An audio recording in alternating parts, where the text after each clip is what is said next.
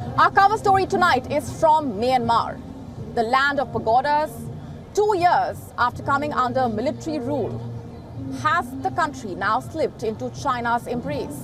Is Myanmar helping Beijing build a spy base?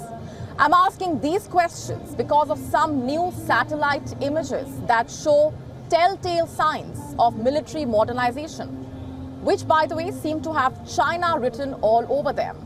And these images have been accessed by Chatham House. They were first released in January 2023. What do they show? How an island owned by Myanmar is experiencing a steady makeover. Let's just tell you more about this. I'm talking about the Great Coco Island, the largest island in an isolated archipelago that lies in a remote region in the Bay of Bengal. Now, since the 1990s, this island has been a source of immense intrigue. It was once rumored to be a home to a Chinese intelligence facility, a claim that lacked hard evidence. But now, all of a sudden, concern over the island re-emerging. Let's just tell you more about this and the concern. First, have a look at these images. They show renewed levels of construction activity on Great Coco. Visible are 2 new hangars, a new causeway, and what appears to be an accommodation block as well, all of which visible in proximity to a freshly lengthened 2,300-meter runway and radar station, and visible as of late March on the southern tip of Great Coco. Just beyond the causeway connecting the islands is evidence of land clearing efforts indicating construction work to come. Now, these signs of construction have provoked concern that China, which Myanmar has grown increasingly dependent on after the February 2021 coup, could stand to gain from intelligence gathered there, either through espionage or intelligence sharing. More so because prior to the coup in 2020, about 40% of Myanmar's foreign debt of $10 billion was owed to China. And by all means, this has increased after the coup, given how China is also supplying arms to the military junta. Now, here's what experts are saying about the development.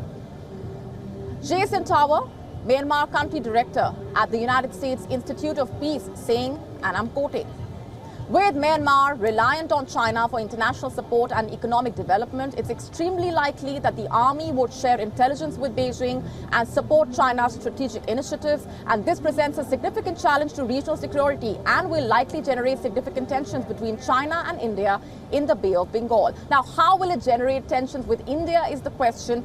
Let me explain this to you. First and foremost, Great Coco is small at 11 kilometers in length, but its location is strategically important.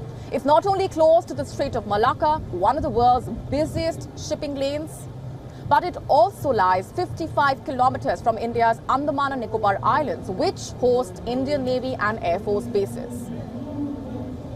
So the militarization of the Coco Islands by the Tatmadaw, combined with the wider Chinese developments occurring inland, could pose a significant security challenge to India and its navy, especially near the Andaman and Nicobar Islands, which provide India's eastern fleet strategic depths in the Bay of Bengal and command approaches to the Strait of Malacca.